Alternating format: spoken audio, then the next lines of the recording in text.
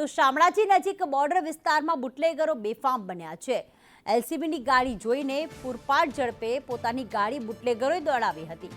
પોલીસને જોઈને રિવર્સમાં પૂરપાટ ઝડપે કાર દોડાવી પોલીસની ટીમ જોતી રહી અને નજર સામે બુટલેગરો ફરાર થઈ ગયા।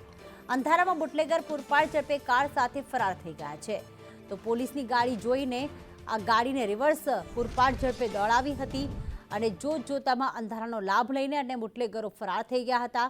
આ દ્રશ્યો પણ સામે આવી રહ્યા છે। શૈલેષ અમારી સાથે જોડાઈ ગયા છે। શૈલેષ, પોલીસની ગાડી જોઈ અને સામે જ રિવર્સમાં ગાડી એટલી પૂરપાટ ઝડપે દોડાવી બુટલેગરોએ અને ત્યાંથી ફરાર થઈ ગયા છે।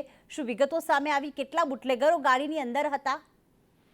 જી પ્રીતિ, શામળાજીનો સરહદી જે વિસ્તાર છે ત્યાં બુટલેગરો હંમેશા બેફામ બનતા હોય છે। એલસીબી પોલીસને બાતમી હતી કે બુટલેગર કારમાં દારૂ ભરીને આવી રહ્યો છે। બાતમી આધારે પોલીસ તપાસમાંથી એ દરમિયાન સામેથી બુટલેગરની ગાડી જોતા બુટલેગરે પણ પોલીસને જોતા 6 કિલોમીટર સુધી પૂરપાટ ઝડપે એ ગાડી રિવર્સ દોડાવી હતી। રિવર્સ દોડાવી રાજસ્થાનમાં પ્રવેશીને ત્યાંથી અંધારાનો લાભ લઈ અને ફરાર થઈ ગયા હતા। આમ જે જિલ્લા એલસીબી પોલીસ એ જોતી રહી અને બુટલેગર અંધારાનો લાભ લઈ દારૂ ભરેલો હતો છતાં પણ એ ફરાર થઈ ગયા। બિલકુલ, આભાર શૈલેષ તમામ વિગતો માટે।